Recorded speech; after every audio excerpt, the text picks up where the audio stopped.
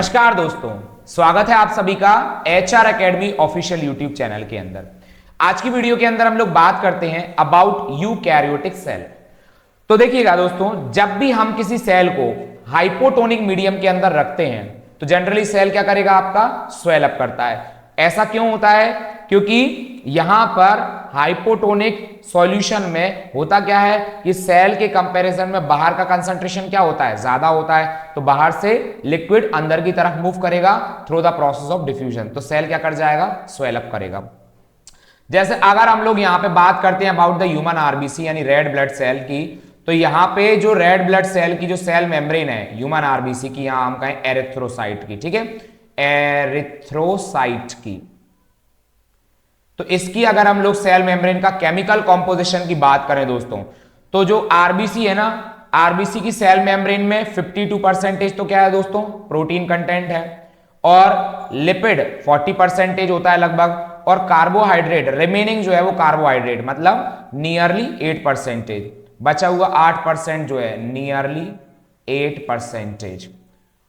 तो बचा हुआ जो 8% है वो आपका क्या हो जाएगा, कार्बोहाइड्रेट हो जाएगा। तो ये केमिकल कॉम्पोजिशन पूछ लिया जाता है। तो यहां पे जरूरी नहीं है कि मतलब सभी यूकैरियोटिक सेल के अंदर या सभी सेल के अंदर सेल मेम्ब्रेन का केमिकल कॉम्पोजिशन यही रहेगा, नहीं, it may vary from cell to cell, ठीक है। अब हम बात करते हैं अबाउट द फॉस्फोलिपिड मॉलिक्यूल। देखिएगा, तो फॉस्फोलिपिड जो मॉलिक्यूल है ये कैसा नेचर का होता है, क्वासी फ्लूइड का। क्वासी फ्लूइड का मतलब होता है सेमी फ्लूइड। तो फॉस्फोलिपिड जो मॉलिक्यूल है ये सेमी फ्लूइड नेचर का होता है। ये हमने स्ट्रक्चर ड्रॉ किया एक फॉस्फोलिपिड मॉलिक्यूल का, जिसमें एक हेड है। हेड कैसा है आपका दोस्तों, पोलार हेड है। कैसा है, पोलार। ये जो हेड है ये आपका कैसा है, हाइड्रोफिलिक हाइड्रोफिलिक नेचर का है। हाइड्रोफिलिक मतलब होता है वाटर लविंग, ठीक है। और हाइड्रोफोबिक का मतलब क्या होता है, वाटर रेपेलिंग। तो इसका जो टेल है वो कैसी है, आपकी हाइड्रोफोबिक इन नेचर की होती है, ठीक है। अब देखिएगा, ये है आपके सामने सेल मेम्ब्रेन का fluid mosaic model of cell membrane. देखिए हम पढ़ते हैं fluid mosaic model of plasma membrane. ये किसने दिया था, आपके सिंगर एंड निकोलसन नामक वैज्ञानिक ने दिया था, fluid mosaic model of plasma membrane. Fluid mosaic model of plasma membrane proposed by the scientist Singer and Nicolson.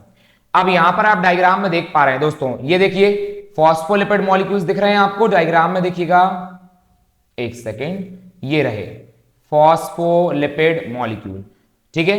Phospholipid molecule में आप देख पा रहे हैं ये क्या है, आपका हेड है जो कैसा था, हाइड्रोफिलिक नेचर का था, और टेल कैसी थी, हाइड्रोफोबिक नेचर की। यहां पे जो आपके कोलेस्ट्रॉल मॉलिक्यूल्स हैं ये क्या करते हैं, दे प्रोवाइड स्टेबिलिटी।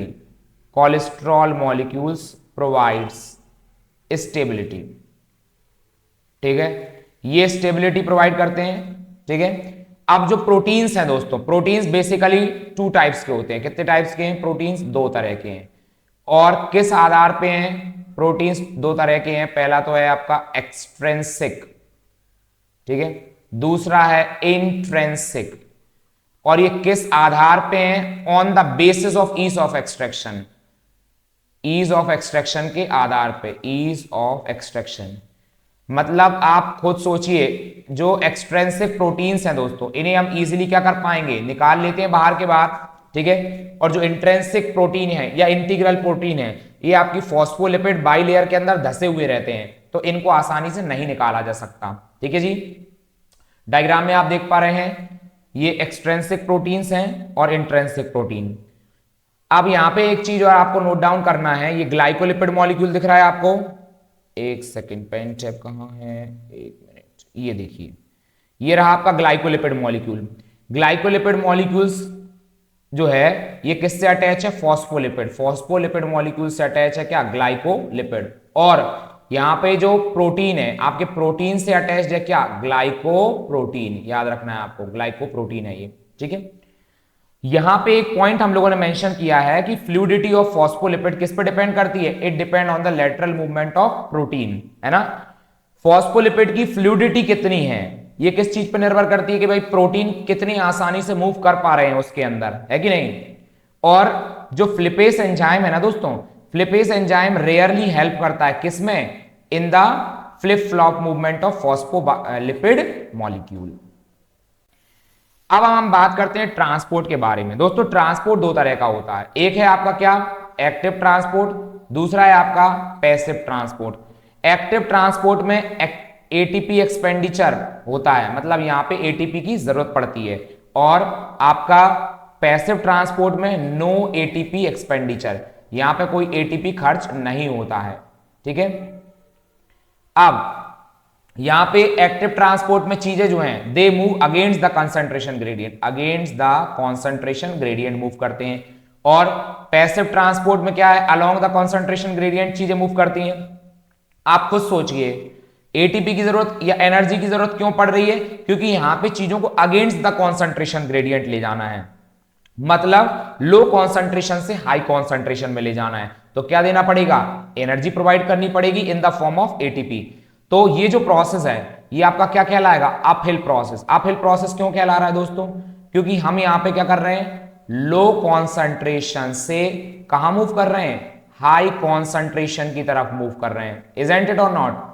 तो इसीलिए हमें क्या देना पड़ेगा यहां पे एटीपी। ठीक है, इसका एग्जांपल हो गया सोडियम पोटेशियम पंप, ये सोडियम पोटेशियम पंप। ठीक है, और आपका पैसिव ट्रांसपोर्ट कैसा है डाउनहिल प्रोसेस है। डाउनहिल क्यों बोल रहे हैं, क्योंकि यहां पे चीजें हाई कॉन्सेंट्रेशन से आपकी कहां मूव कर रही हैं लो कॉन्सेंट्रेशन की तरफ मूव कर रही हैं।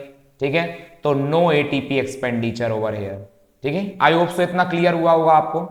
आ जाते हैं एंडोसाइटोसिस। एंडो का मतलब क्या होता है अंदर, इजंट इट और नॉट।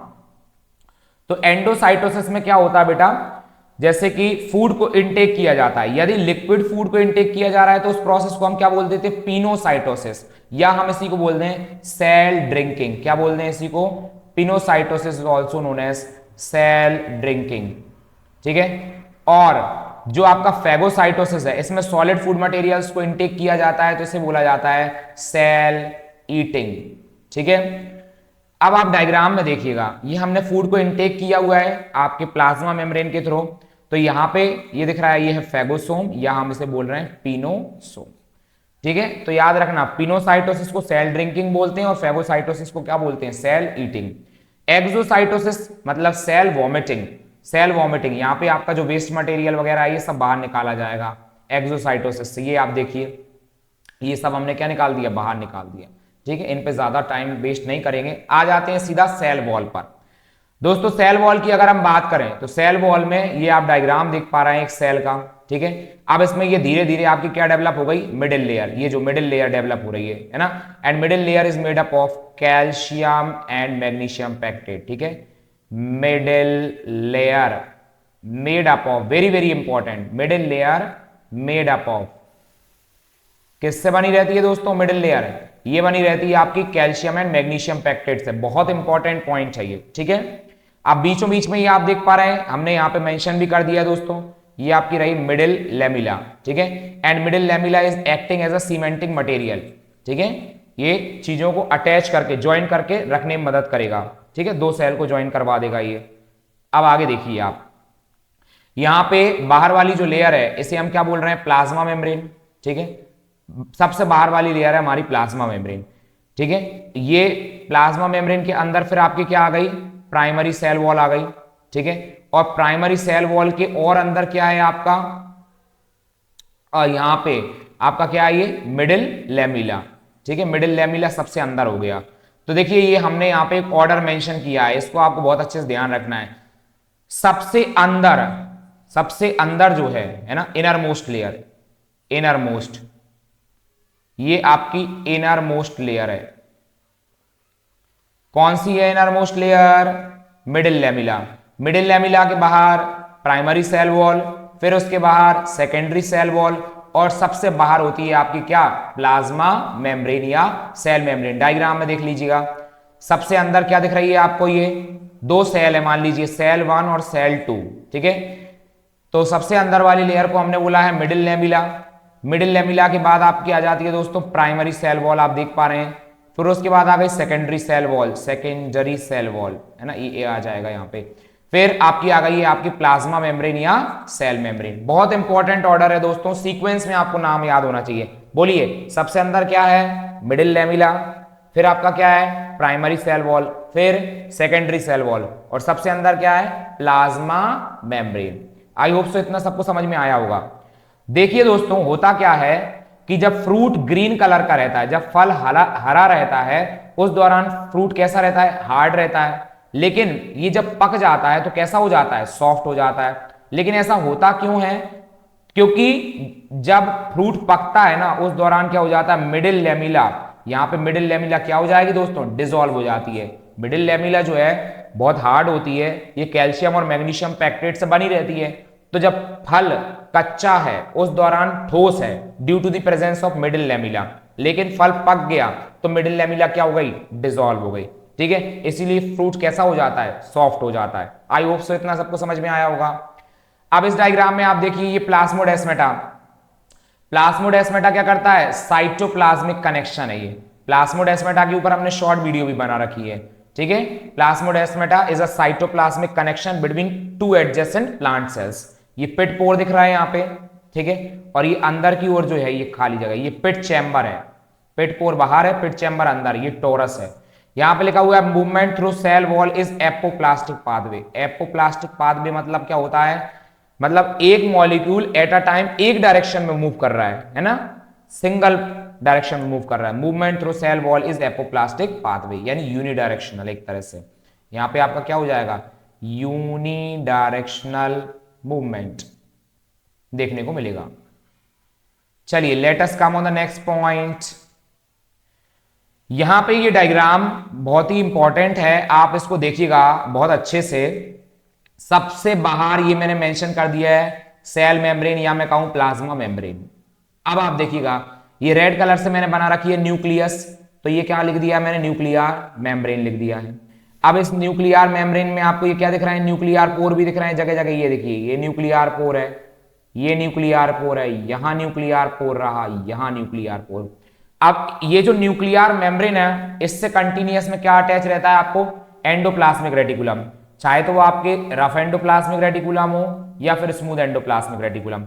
ये अलग अलग शेप के हो सकते हैं, सिस्टर्ने, टिब्यूल्स और वेसाइकल के फॉर्म में हो सकते हैं। ठीक है, अब आप देखिएगा रफ एंडोप्लाज्मिक रेटिकुलम पे क्या प्रेजेंट है, राइबोसोम प्रेजेंट है। ये प्रोटीन सिंथेसिस में हेल्प करेंगे, और इनके अंदर जो एंडोप्लाज्मिक रेटिकुलम के अंदर जो खाली जगह पड़ी हुई है, ये जो खाली जगह है इसे हमने बोल दिया ल्यूमिनल स्पेस, और इनके बाहर जो खाली जगह है ये से बोल रहे हैं एक्स्ट्रा ल्यूमिनल स्पेस। ठीक है, अब यहां पे होता क्या है कि चीजें क्या होंगी, न्यूक्लियर मेम्ब्रेन से, न्यूक्लियर पोर से बाहर आएंगी। ठीक है, और उनकी पैकेजिंग होगी।